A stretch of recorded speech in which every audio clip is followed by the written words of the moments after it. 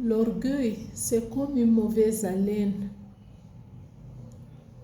Toi qui as ces mauvaises haleines es dernier à percevoir que ta bouche sent. L'orgueil, c'est le plus vieux péché de l'humanité. Et le péché n'est pas commencé sur la terre, elle a commencé au ciel. Après que Lucifer a chuté, que Dieu l'a précipité, parce que dans son cœur, il voulait prendre place de Dieu. Dieu l'a précipité sur la terre. Il cherche les candidats. Il n'est pas trouvé. Il est venu chez l'être humain qu'il a trouvé. Toute première création de Dieu humaine. Et ces péchés ont continué à lutter avec. C'est comme quelque chose qui a fusionné dans le cœur de l'être humain. On ne peut pas dissocier. On ne peut pas dissocier. Il faut beaucoup de lutte, beaucoup de grâce pour pouvoir reconnaître qu'on a ce problème. Ce n'est pas juste une catégorie de personnes, mais toute l'humanité a ce genre de problème. Il n'y a pas plus deux orgueilleux que celui qui pense il n'y a que les autres qui sont orgueilleux. Il n'y en a pas plus deux orgueilleux que ces derniers. Et l'orgueil est en train de faire les ravages dans la société. Toutes ces guerres, conflits, divisions de la famille, divisions dans nos communautés, problèmes, difficultés avec les voisins, le base, c'est l'orgueil. C'est l'orgueil humain qui pousse l'homme dans ça. Parmi nous, on a des problèmes, on n'arrive pas à s'en sortir. Si nous sommes honnêtes, nous allons nous asseoir, réfléchir, voir les sources de ces problèmes. C'est l'orgueil qui nous a poussés dans ça. Souvent, c'est le problème sentimental. Tu étais jeune, les gens couraient derrière toi, dans les quartiers, dans ton service, dans la communauté. Tu crois que ces gens ne sont pas de ton niveau. Les catégories dans lesquelles là où tu es, ces gens ne sont pas arrivés, que ce soit homme ou femme. Tu as refusé. Et tous tes amis sont mariés. Tu es arrivé à un âge, tu te rends compte que tu es toute seule. Les grandes difficultés, il faut juste arrêter, voir si l'orgueil n'est pas l'origine de ça. Dans ton travail, tu as fini, tu n'es pas le travail de ta compétence dans lequel tu as été formé. On t'a suggéré le travail que pour te rapporter le pain dans la maison. Tu as refusé, ce n'est pas de ton niveau. Il y a des jeunes gens, 50 ans, ils continuent à vivre chez les parents. C'est pour ça que je dis jeunes gens. Parce qu'ils n'ont nulle part là où aller. Parce que les choses qu'ils pouvaient faire avec ces 10 doigts, ils ont cru qu'ils ont dépassé ces niveaux. Une chose qui est extraordinaire dans ça, je disais, les gens souvent, le même boulot que nous refusons ici en Afrique, c'est le même boulot que nous montons dans les bateaux pour traverser l'Atlantique, pour partir trouver chez les gens. Et les gens là-bas ne vont pas faire ces boulots. Non, il n'y a plus de salaire. C'est mieux de le faire là-bas que de faire ça ici. Là, tu ne vois pas ton niveau. L'orgueil, c'est un mal. C'est comme une lèpre.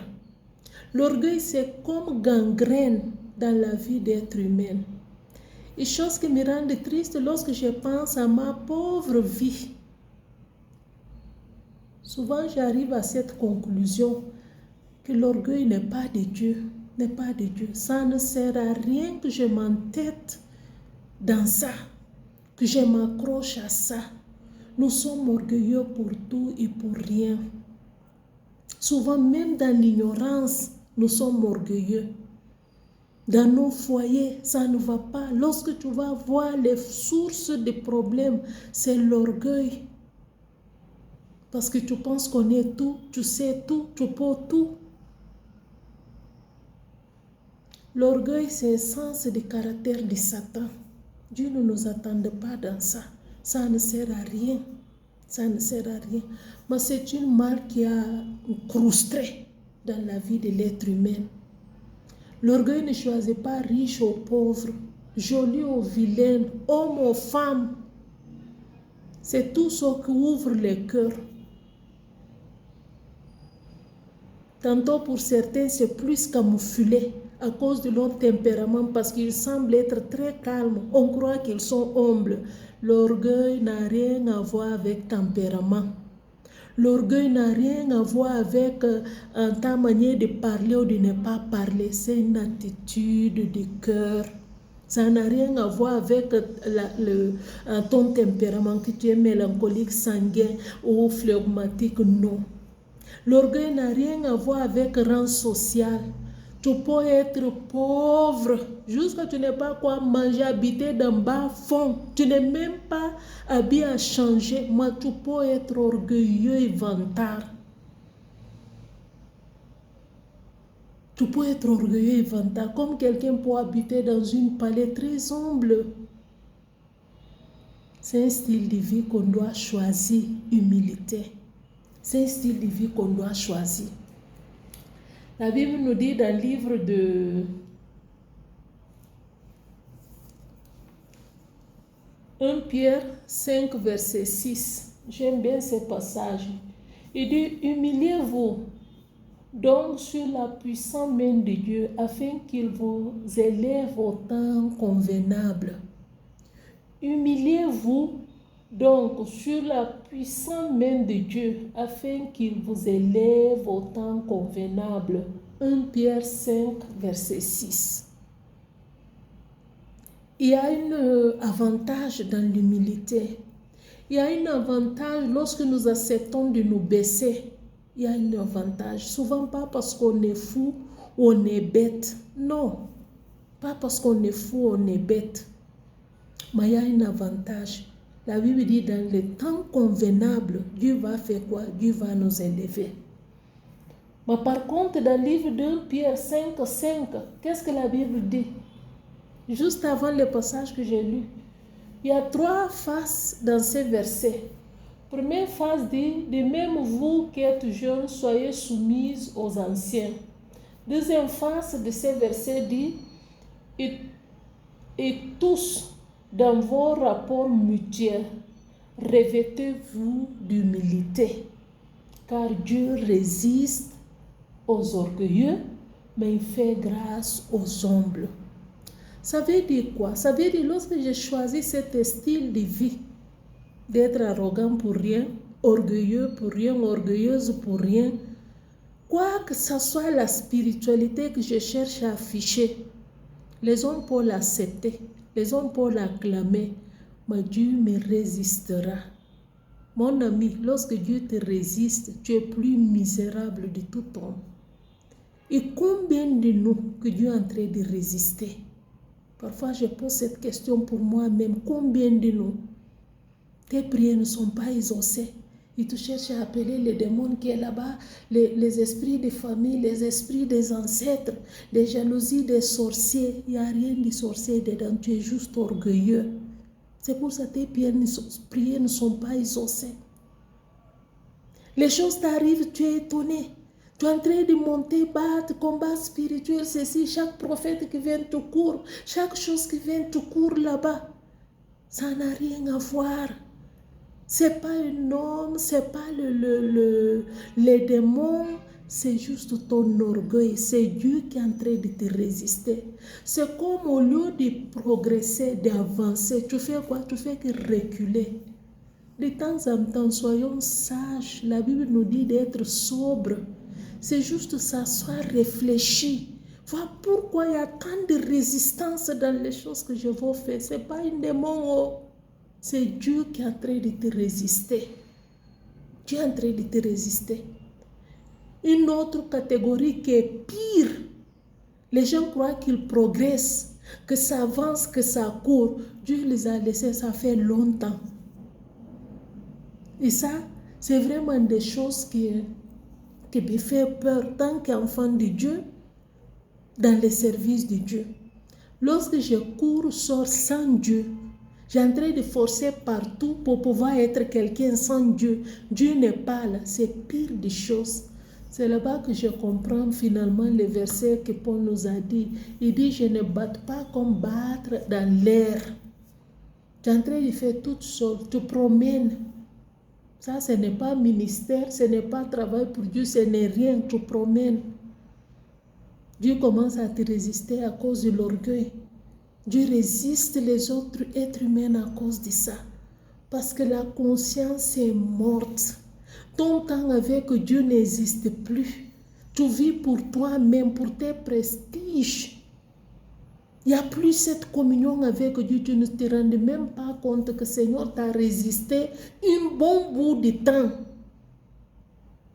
Lorsque les choses n'est plus là, un Saint-Esprit n'est plus là pour pouvoir te convaincre de certaines choses. Tu es livré à toi-même, tu fais que faire des activités, tu crois que tu es dans le ministère pour Dieu. Dieu est parti, ça fait longtemps. Dieu résiste aux orgueilleux. Un enfant peut être orgueilleux. Une femme peut être orgueilleuse. Un homme. Ça veut dire cet mal, cet péché, c'est des choses vraiment compliquées à se débarrasser. C'est pour ça que la Bible parle de mourir en soi-même. Mourir en soi-même, et ce n'est pas une mince affaire. C'est facile à le prêcher, c'est facile à l'enseigner, mais ce n'est pas une mince affaire. Ce n'est pas une mince affaire. L'orgueil dans tous les domaines. Mais dans cette attitude, parce que c'est une attitude qu'on soit décidé d'embrasser ou de laisser tomber. Sache que Dieu n'est pas dedans parce que c'est le caractère de Satan. Ce caractère de Satan, ce n'est pas de Dieu. Dieu nous a appelés à être revêtus des fruits du Saint-Esprit, de porter les fruits du Saint-Esprit. Il n'y a pas l'orgueil dedans.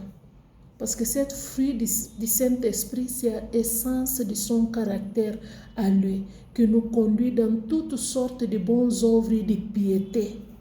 De piété. Que Dieu ouvre nos yeux spirituels. Il y a beaucoup de choses que nous faisons dans l'ignorance. Le temps est arrivé, abandonnons ça. Lorsque nous sommes ignorants et orgueilleux, nous ressemblons dans le monde spirituel comme le Mickey, comme le Golo. Pour nous, nous sommes quelqu'un. Mais dans le monde spirituel, Dieu nous voit comme macaques. L'homme n'est rien. L'homme n'est rien. Nous sommes que des souffles. Nous sommes que des souffles. Sable. Si nous poussions réfléchir sur ça, ça va nous éviter de beaucoup de choses. Beaucoup de choses. Beaucoup de ministères ne marchent pas à cause de l'orgueil. Beaucoup d'œuvres de Dieu en train de mourir dans nos mains à cause de nos orgueils et de nos vantardises. Beaucoup de choses ne vont pas, ne tournent pas bien, même dans nos familles. C'est à cause de l'orgueil. C'est à cause de l'orgueil. Parfois, je m'assis, je réfléchis sur ma vie, je dis, Seigneur, aie pitié de moi. Cet orgueil-là, j'ai en train de lutter pour débarrasser. C'est juste faire quoi? Ouvrir mon cœur à Dieu, accepter que Dieu soit maître de ma vie. Dans quel domaine de ta vie que tu es orgueilleux? Lorsque tu es orgueilleux, tu es ignorant. Parce que Dieu connaît tout. Toi, tu ne connais rien. Dieu sait tout. Toi, tu ne sais rien. Le temps y est arrivé, là, on va déposer l'orgueil. Revenir humblement. Soumettons-nous l'un à l'autre. Nos attitudes, nos comportements, nos manières de faire des choses. Ça dit longue. L'orgueil est de l'enfer. Dieu n'est pas dans cette business. Que Dieu t'éclaire. Sois béni.